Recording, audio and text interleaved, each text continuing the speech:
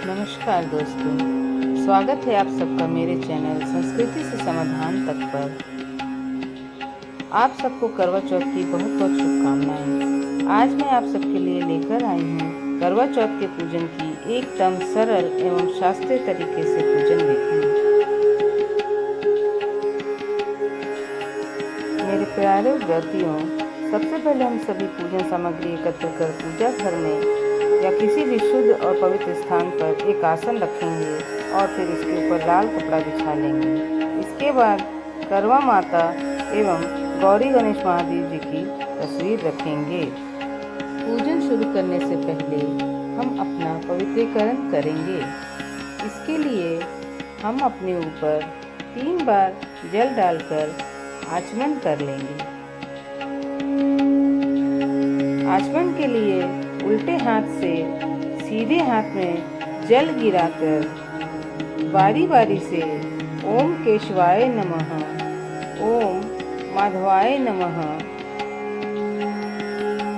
ओम नारायणाय नमः, ओम ऋषिकेशाय नमः ऐसा बोलते हुए जल को अपने मुख में सटाकर बारी बारी से पात्र में गिराते जाएंगे और अपना आचमन करते जाएंगे।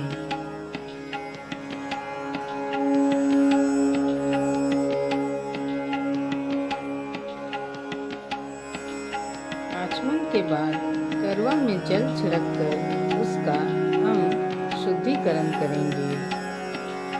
फिर उसके बाद उस करवे को हम 13 बार टीक लेंगे। 13 बार टीकने के बाद फिर हम दूसरा करवा लेंगे और उसको भी 13 बार टीक लेंगे। इस प्रकार से दोनों करवों को हम 13 बार टीक लेंगे। इसके बाद हम कलश लेंगे और कलश पर भी स्वास्तिक का निशान बना लेंगे।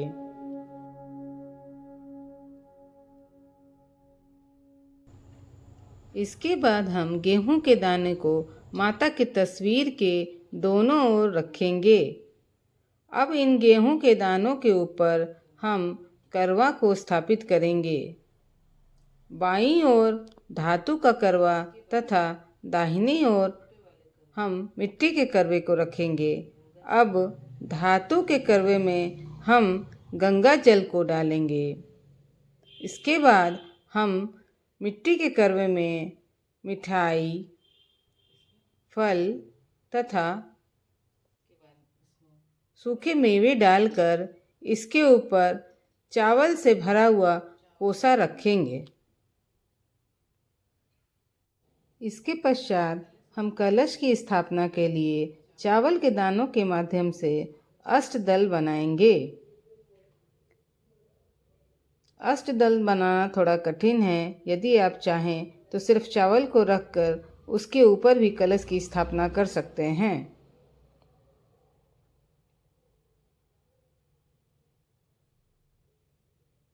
अष्टदल बनाते समय इसके आगे मुंह के ऊपर थोड़ा थोड़ा हम इस तरह से दबा देंगे तो ये बहुत ही खूबसूरत लगेगा। अब इस पर हम स्वास्तिक बने हुए कलश की स्थापना करेंगे। फिर कलश के अंदर हम गंगा जल भरेंगे तथा इसके अंदर हम अक्षत, हल्दी, पुष्प, दक्षिणा डालेंगे। इसके बाद इसके ऊपर आम के पल्लव डालकर कोसा में चावल भरकर रख देंगे।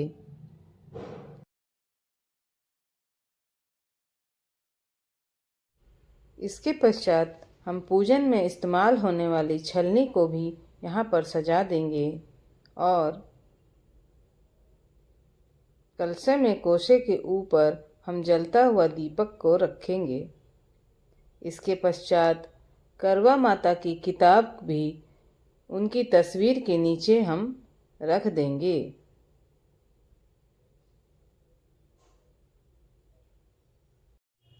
और इसके बाद हम एक चांदी का सिक्का लेंगे और इसे हम चंद्रदेव का प्रतीक मानकर यहाँ रखेंगे और इसका पूजन भी करेंगे।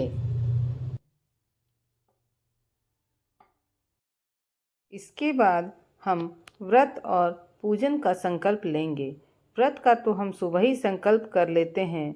सबसे पहले हाथ में अक्षत, फूल और दक्षिणा लेते हुए हम कहेंगे मैं यानी अपना नाम, फिर गोत्र बोलेंगे, फिर कहेंगे पति की लंबी आयु के लिए करवा चौथ के व्रत एवं जिसमें गौरी गणेश भगवान भोलेनाथ तथा चंद्रदेव के पूजन का संकल्प लेना है। फिर पूजा की सफलता के लिए हम अपने भगवान का आवाहन करेंगे। हे गौरी, हे गणेश, हे महादेव जी, कलश के सभी देवी देवताएं, हे चौथ माता, हे चंद्रदेव, मैं करवा चौथ के पूजन हेतु आप सभी का आवाहन करती हूँ। ओम गण गणपतये नमः।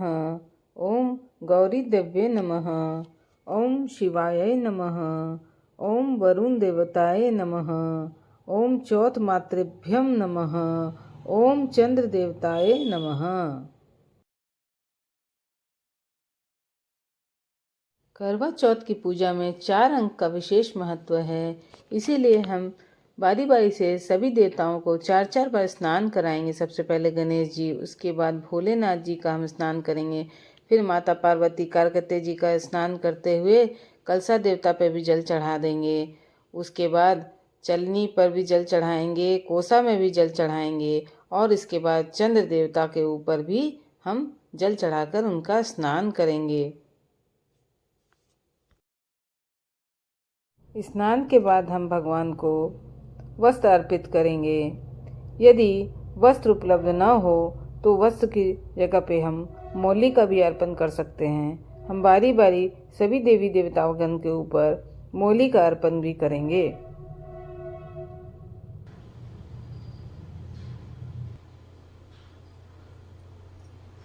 इसके बाद हम भगवान को कुमकुम और चंदन इत्यादि लगाएंगे।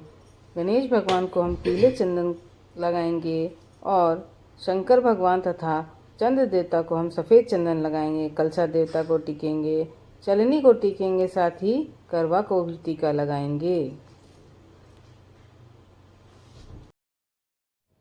इसके बाद हम सभी देवी देवताओं को पुष्प अर्पित करेंगे और माला भी अर्पित करेंगे।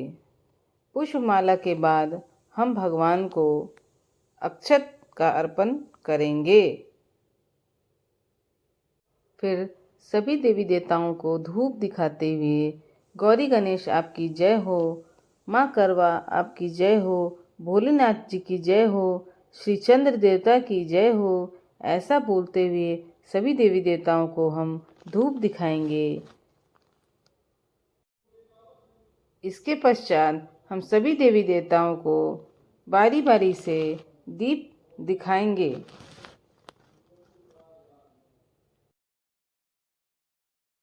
माता के पूजन में 4 अंक का विशेष महत्व है, इसीलिए हम नैवेद्य चढ़ाते समय 4 मिठाई, 4 फल इत्यादि इकट्ठा करके उनको नैवेद्य चढ़ाएंगे। उसके बाद तांबूल अर्थात पान का भी अर्पण करेंगे।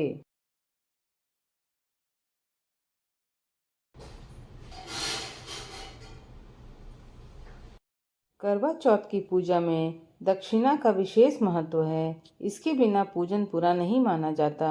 इसलिए हमें सभी देवी देवताओं को दक्षिणा अर्पित करना चाहिए। दक्षिणा अर्पण के बाद हम देवी माँ को श्रृंगार की सामग्री अर्पित करेंगे। इस श्रृंगार की सामग्री को बाद में हमें स्वयं इस्तेमाल करना चाहिए।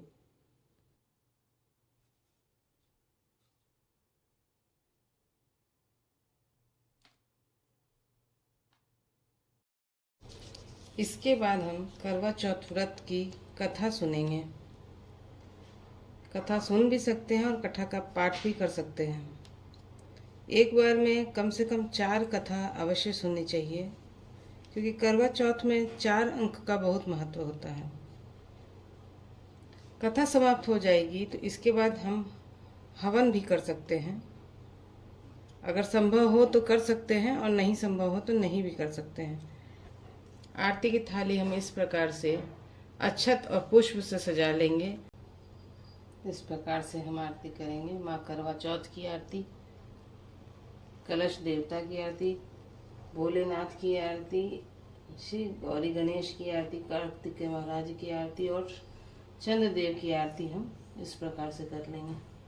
आरती के पश्चात हम ईश्वर से क्षमा प्रार्थना करेंगे। क्षमा प्रार्थना करते हुए हम ये कह सकते हैं, हे प्रभु, मुझे आह्वान नहीं आता, पूजन करने का ढंग भी नहीं आता। मैंने जो मंत्र विहीन पूजन किया है उसे आप स्वीकार कीजिए और मेरे द्वारा किए गए अपराधों को और त्रुटियों को क्षमा करिए। हे ईश्वर, आप सब अपनी कृपा मुझ पर एवं मेरे परिवार पर सदैव बनाए रखिए। इसके बाद अपने कोई भी मनोकामना को आप मांग सकती हैं। इसके बाद हम चौथ माता को सिंदूर लगाएंगे। फिर वही सिंदूर हम अपनी मांग में भी लगाएंगे। इसे सुहाग लेना कहते हैं। करवा फेरने की विधि मेरे घर में नहीं होती, इसलिए मैंने इसे नहीं बताया है। वैसे इतना पता है कि इसे सुहागन से ही लेना चाहिए और सुहागन को ही देना चाहिए। अपने व्रत का संपूर्ण फल प्राप्त करने के लिए अपने आसन के नीचे जल छिड़क कर उसे माथे पर लगा लें। ऐसा करने से आपको अपने व्रत की पूर्ण फल प्राप्ति हो जाती है। इसके पश्चात चांद उगने पे धातु के करवे में जो जल भरा हुआ उससे हम चांद को अर्घ्य देंगे और उसके बाद पति को छलनी से देखेंगे और फिर उनके ऊपर अक्षत कुमकुम छिड़क कर टीका लगाकर मिठाई खिलाएंगे और उनका आशीर्वाद लेंगे। फिर पति के हाथ से मिठाई खाकर जल पीकर अपना व्रत खोलना चाहिए। इसके बाद पति को सात्विक भोजन कराने के बाद आप भी भोजन करिए। इस प्रकार से मैंने संपूर्ण पूजन विधि से सरल रूप से बताने का प्रयास किया है। आगे की वीडियो में मैं कथा का भी पाठ करूंगी। तब तक के लिए ओम नमः शिवाय।